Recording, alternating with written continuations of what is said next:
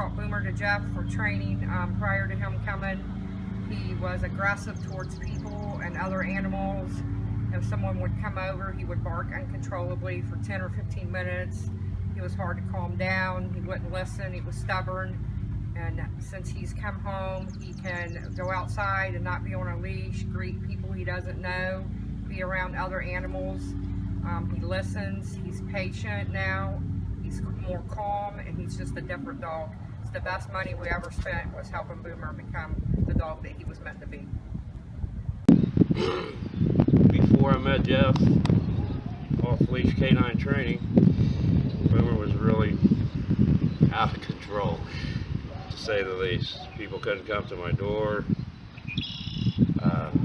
He would bark and carry on. He would get aggressive with my other dogs.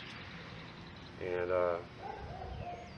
the 2 weeks he's been gone, he's been with Jeff. He's just been amazing through the videos, and I'm picking him up today to take him home.